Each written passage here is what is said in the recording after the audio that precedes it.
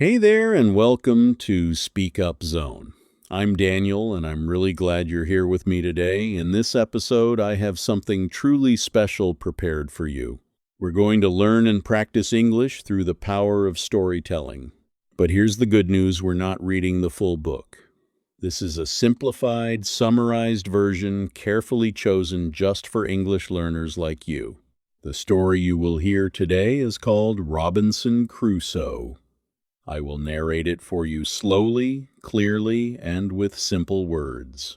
Here is exactly what we will do in this episode. First, you will hear the story told slowly with easy vocabulary. Then I will walk you through the most important words and phrases from the story. I will explain each one in a simple and memorable way. And finally, you will get to practice shadowing. That means you can pause, repeat out loud, or even write down what you hear. This is how language learning really works, not by studying, but by doing.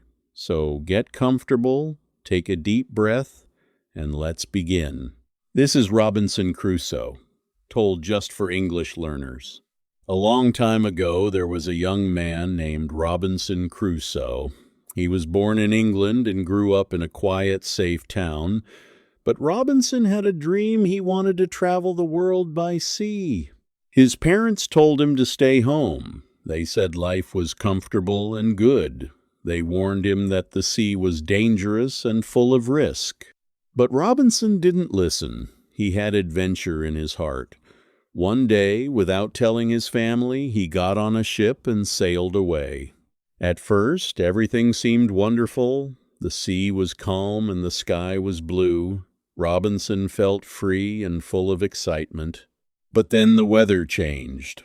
A terrible storm came. The wind was loud, the waves were enormous, and the ship began to shake violently. The crew was terrified. They tried to control the ship, but it was impossible. The storm was too powerful. The ship was destroyed. Everyone fell into the sea. Robinson held on to pieces of wood and fought the waves with all his strength.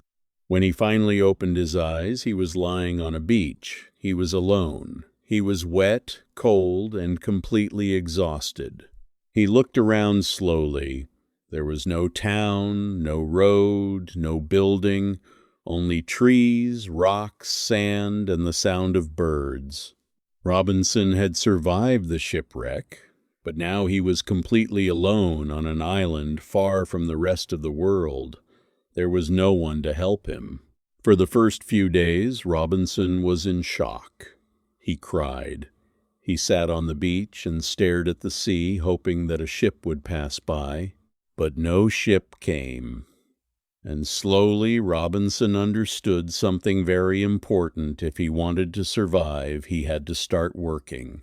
First, he went back to the broken ship, which was still partly above the water near the shore.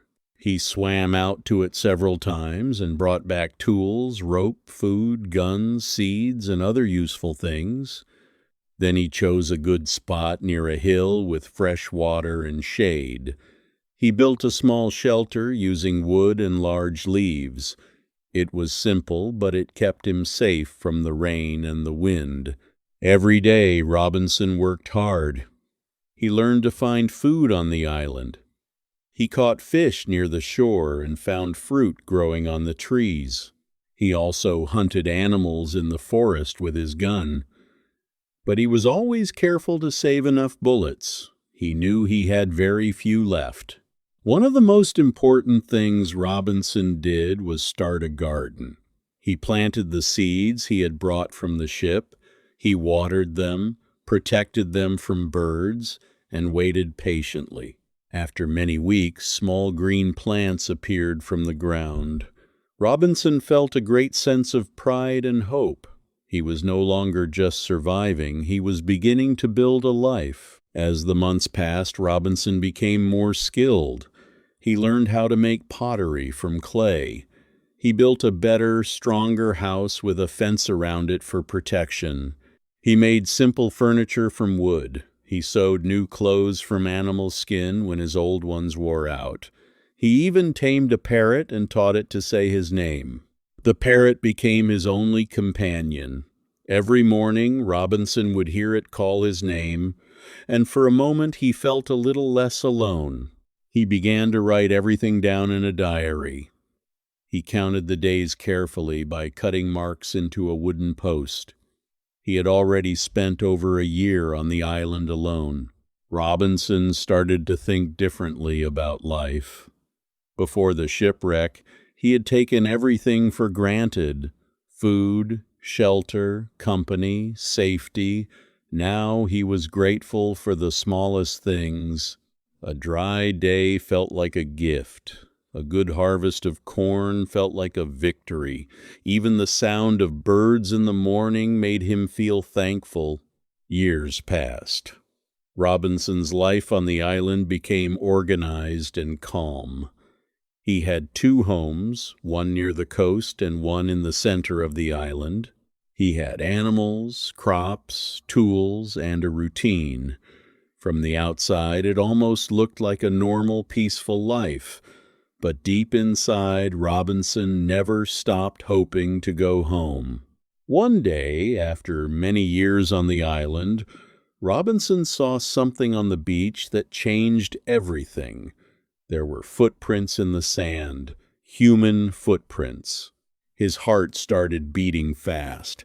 He was not alone on this island. Someone else was here.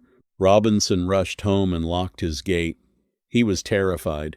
He didn't know who had made those footprints or why they were there. He watched from a distance for many days. Then one afternoon, he saw a group of men arriving by boat. They were not settlers or sailors. They were local warriors, and they had brought a prisoner with them. The prisoner was a young man. The warriors were planning to kill him as part of an old ritual. Robinson watched and felt his heart fill with courage. He could not let this happen. He grabbed his gun, ran down from the hill, and attacked the warriors with great speed and noise. They were shocked and ran away in fear. Robinson helped the young man stand up. The man was frightened but slowly understood that Robinson had saved his life. He bowed his head to the ground in deep gratitude. Robinson gave him food, water, and clothes.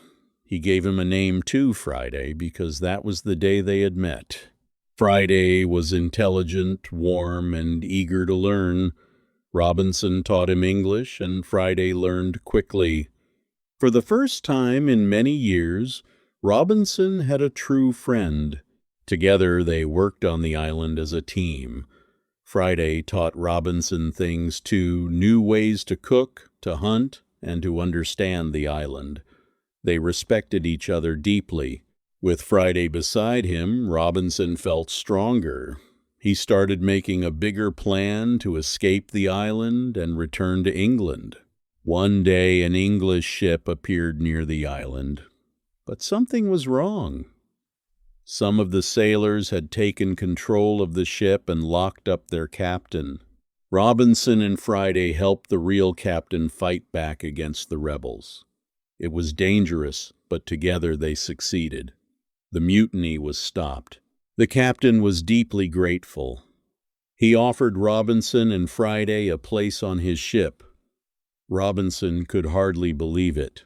After 28 years on the island, Robinson Crusoe was finally going home. He looked back at the island one last time as the ship moved away. It had been his prison, but also his school. He had learned patience, courage, creativity, and gratitude.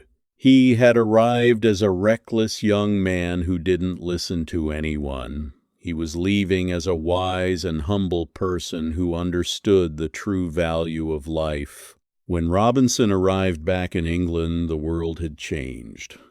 Old friends were gone. Many years had passed. But Robinson had treasure, not gold or silver, but wisdom. He wrote down everything that had happened to him, and his story traveled across the world, teaching millions of people that the human spirit can survive anything. Okay, I'm Daniel, and you're listening to Speak Up Zone. Now let's go through some of the most powerful vocabulary from today's story. These are real words that will help you understand books, movies, and conversations in English. I will say the word, explain it simply, give you an example, and then we'll practice together. Are you ready? Let's go. The first word is shipwreck. A shipwreck happens when a ship is badly damaged or destroyed, usually in a storm or accident. For example, the shipwreck left him alone on the island. Now repeat after me. He survived the shipwreck. Good. The second word is survive. To survive means to stay alive through a very difficult situation. Try this: she survived the storm by staying calm. Now repeat. He had to survive alone.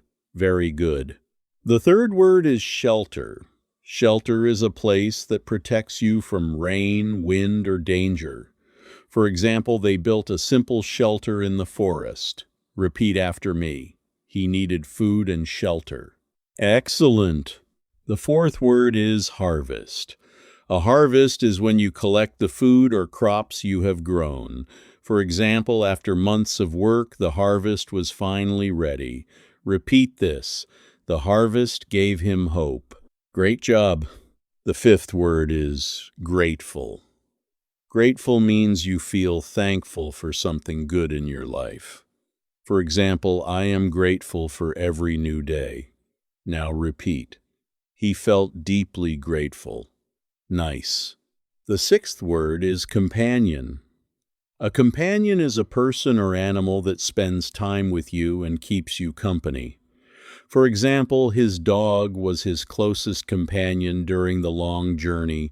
Repeat after me. Friday became his companion. Perfect. The seventh word is routine. A routine is a set of actions you do regularly, usually every day. For example, having a morning routine helps me stay focused. Now repeat. He built a daily routine. Good. The eighth word is reckless.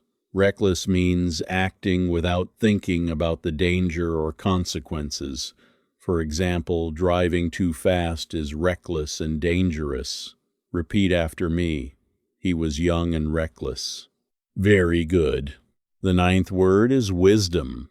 Wisdom is the ability to make good decisions because of experience and deep understanding.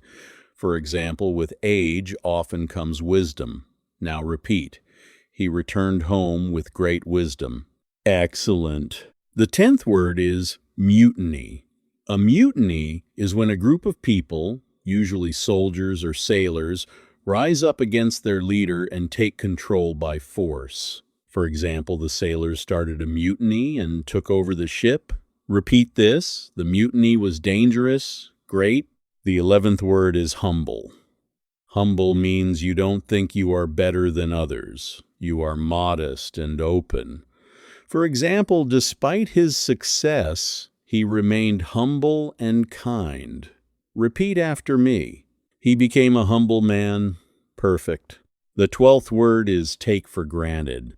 This phrase means to not appreciate something because you are so used to having it. For example, we often take clean water for granted until we don't have it. Now repeat. Don't take your health for granted. Wonderful. And there you have it. 12 powerful words from today's episode of Speak Up Zone. Write them down, use them, say them out loud. That is how they become yours. Learning English is not a sprint. It is a long, meaningful journey, just like Robinson Crusoe's adventure. Some days are hard. Some days feel like a storm. But if you keep going, you will reach the shore. I'm Daniel, and this is Speak Up Zone. Thank you for spending this time with me today. Keep speaking, keep growing, and I'll see you in the next episode.